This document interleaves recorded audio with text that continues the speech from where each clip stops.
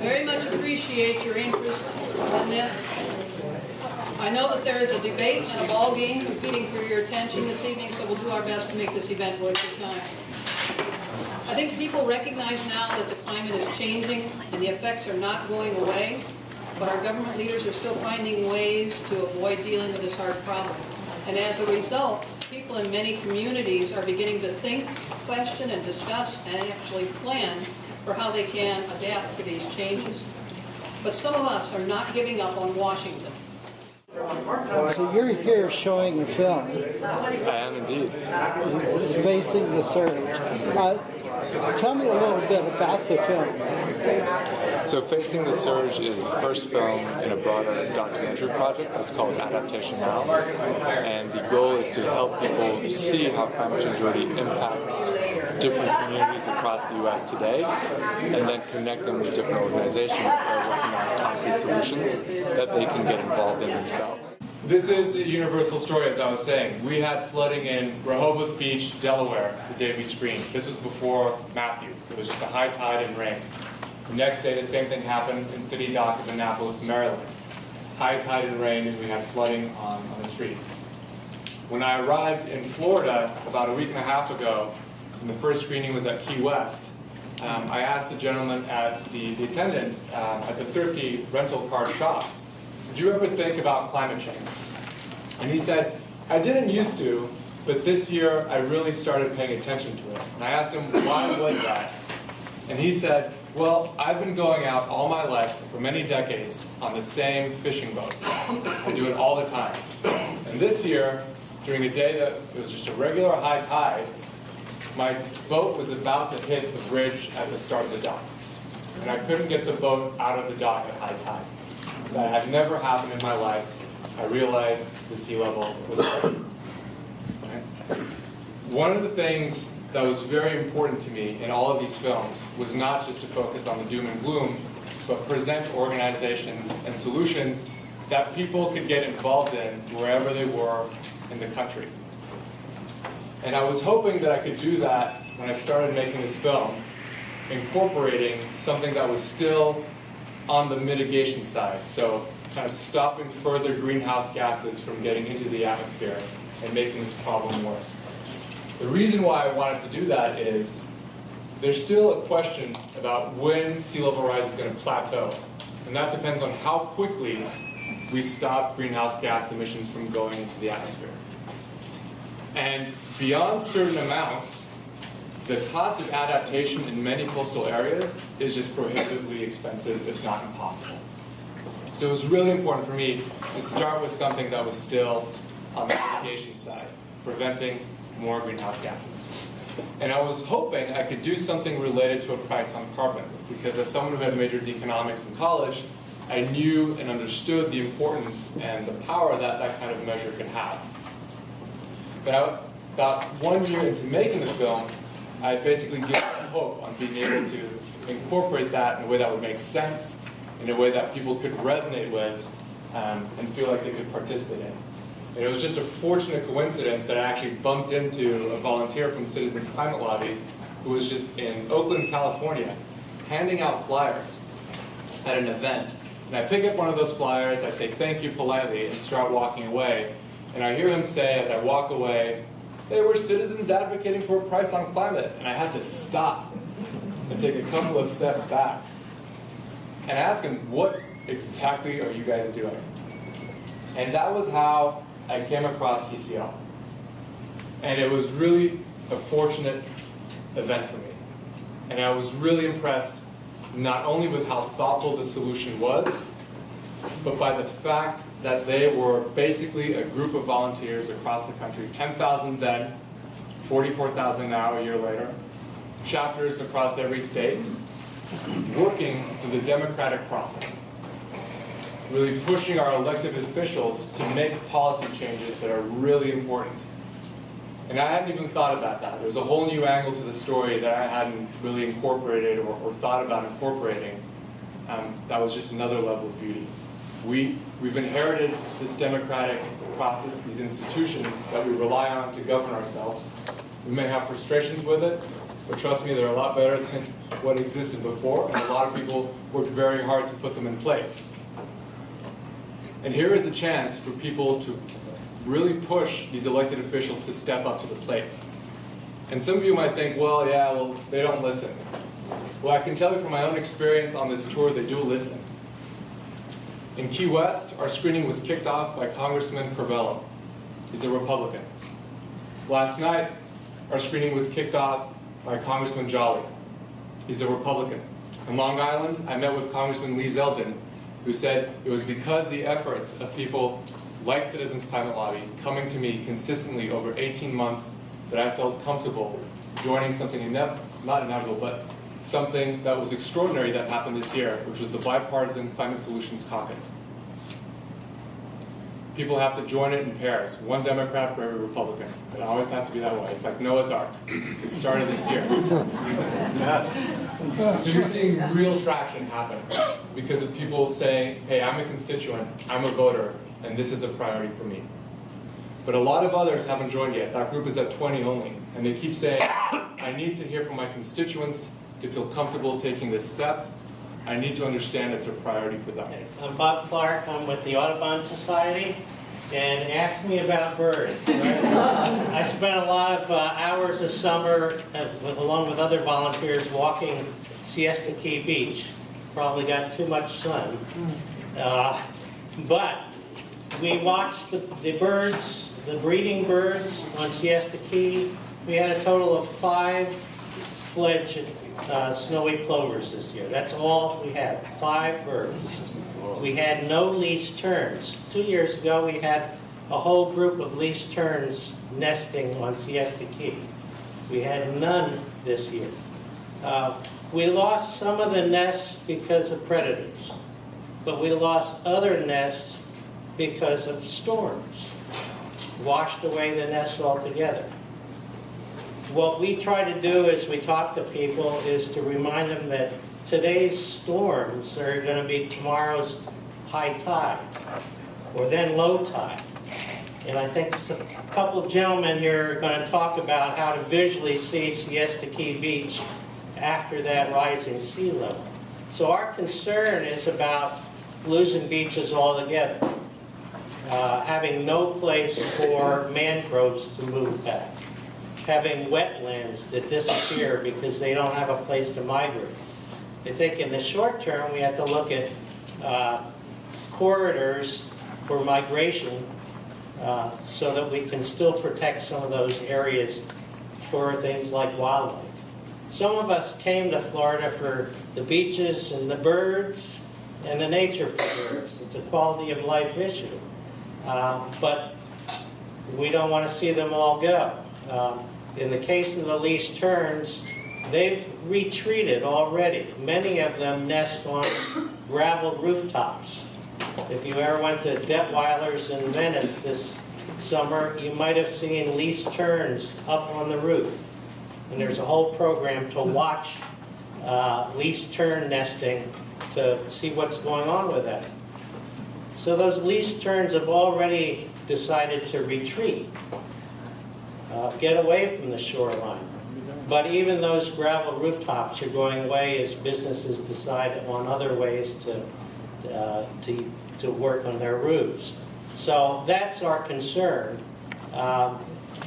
If we ever have more time, I tell you about an Audubon study done 2 years ago that shows the bigger picture of climate change and shows that about over 588 bird species studied, over 318 of those bird species are threatened in the years ahead.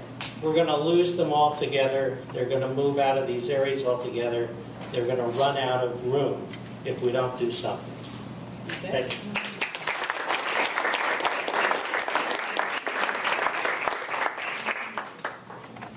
Jim? Oh, where did you end up? Jim Rummage? So I'm Tim Rummage. I coordinate the Environmental Studies program at Ringling College of Art and Design, which most of you have heard of the college and have never thought we did environmental design, but that's one of the key things we do these days. The first, if you want to have an impact that doesn't require you to write a big check to make the point about what's happening on our beaches, come join us on Saturday morning at 9 o'clock at Siesta Key Beach. We are doing an event where we are showing people where the high tide line is today. Then we're going to move the crowd of people back to where the high tide line is going to be in 2030. And then we're going to move you as far back as we can to estimate where the tide line is going to be in 2040. We can't show you 2050 because the Siesta Key just isn't big enough for us to be able to show you what's going to happen by 2050. So in the next 15 years, we're looking at 6 to 10 inches probably of sea level rise. By 2050, we're looking somewhere between 2 and 4 feet. Because after 2030, we start to see a big play in melt of Antarctic water. And that changes the game quite quickly. So this is all very time-sensitive action that we're taking. In the film, there's a very interesting comment made by one of the individuals about where we're going to get the pot of money to sort of solve some of these problems.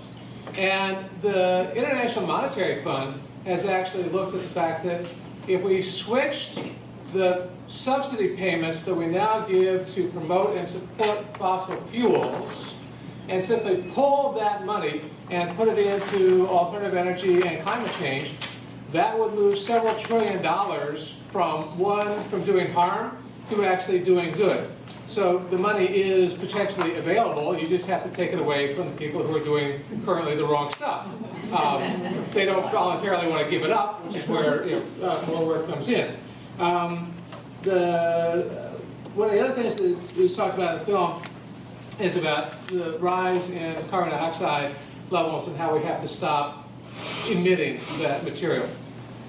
One of the things that David and I talk about in our book is the fact that the other thing we have to remember in here is that we have already layered in a tremendous amount of carbon dioxide into the atmosphere.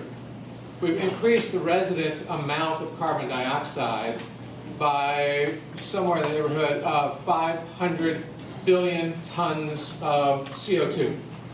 And so if you really want to reverse this, it isn't simply about not doing more, but we also have to figure out the technology to pull the excess carbon dioxide and greenhouse gases that we put in the atmosphere out. And that's going to be a combination of some new technologies, a great deal of reforestation, organic agriculture. I don't care whether they do organic agriculture because you think it's more nutritious, which it is, but I mean, that's what I ask. Organic agriculture keeps soil alive, and those soil bacteria pull a tremendous amount of carbon dioxide out of the air.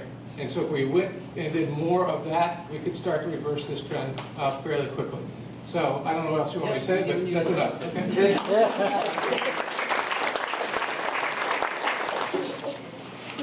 Arlene, where did you end up?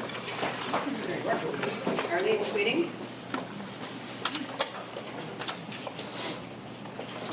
Hi, I'm Arlene Sweeting. I'm with the Peace Education and Action Center. And we had a People's Assembly back in early July. And climate change was one of the 3 priority issues that came out of that assembly that we needed to work on here locally. In terms of adopting a politician, we talked about adopting a politician, okay? CCL's kind of done that at the federal level, but we thought we could do that at the state and the local level and really hold their feet to the fire on what are they going to do in terms of climate change. But I think one of the things we need to do is work together more effectively. A lot of us have our little issues and we work on them, but on this issue especially, it affects all of us. So it's building coalition, it's working together, and it is, doing what we can locally. Sometimes it's very hard to move the federal government, but maybe we can have some more impact here at the city and the county level.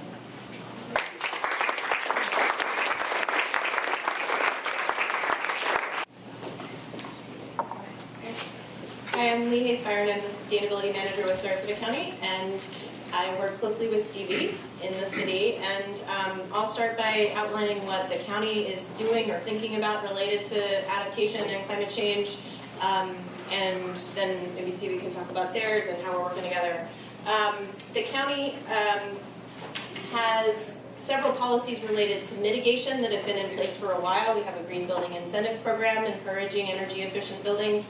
We have an energy efficiency program called Energy Upgrade, where we go out into the community to try to encourage residents to make energy efficiency improvements in their homes. We also have a solar education program encouraging people to get solar on their homes. So we are reaching out as much as we can to local residents and businesses to try to get them to make mitigation changes. On the adaptation side, we have an internal staff working group that has been meeting for about a year that is doing a vulnerability assessment of our own infrastructure related to sea level rise. So we are doing GIS analysis to analyze our roads and stormwater systems and our own facilities to determine which of those facilities and infrastructure are vulnerable to sea level rise, and to think about opportunities to prepare for that, to identify the risks and to be incorporating that risk into our future decisions as a local government.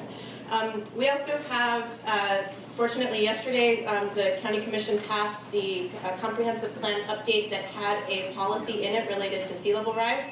I have that language today, but it was new in this most recent update, and it adds a level of voluntary, but it is in there, that both the private sector and the public sector will consider sea level rise in our decisions.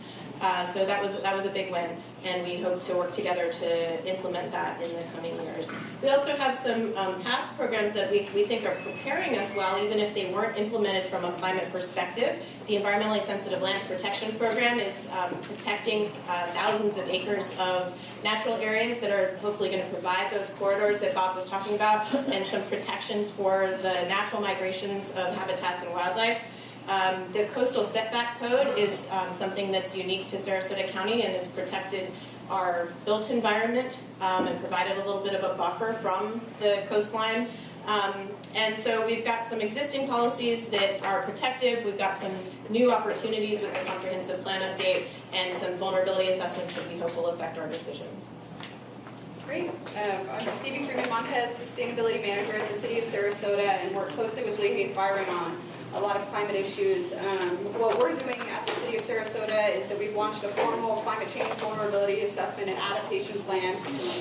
Maybe you've heard a little bit about it, but it launched about a month ago. We dedicated funding for it. The city commissioners voted unanimously 5-0 to fund this effort, and we're looking specifically at climate impacts related to sea level rise, storm surge, extreme heat days, and precipitation pattern changes, and how those will affect our ability to provide municipal services. So we're looking at transportation components, roads, and all that is surrounding transportation. We're looking at stormwater systems, our wastewater, our water supply, our water, all of our water components and lift stations, and where we're vulnerable, and developing adaptation strategies for our greatest vulnerabilities. And so that should be really highlighted hopefully over the next year and a half. And so I would encourage anybody who's interested in being involved with that to definitely reach out to me. I'll stick around and have my card and information, because I really hope to get a lot of public involvement around especially the adaptation strategies and being able to find solutions to our greatest vulnerabilities for our public systems. And I agree with everybody here that getting in contact with your local elected officials, and if you want to see continued action on this, is the powerful way to get it trickled down to get work done. So I want to thank our guest speakers here just for whetting our appetites, I call it, and certainly there were many more people I could have called in that have talked to us.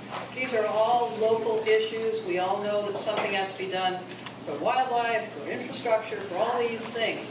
So those discussions can happen, in addition to this evening's.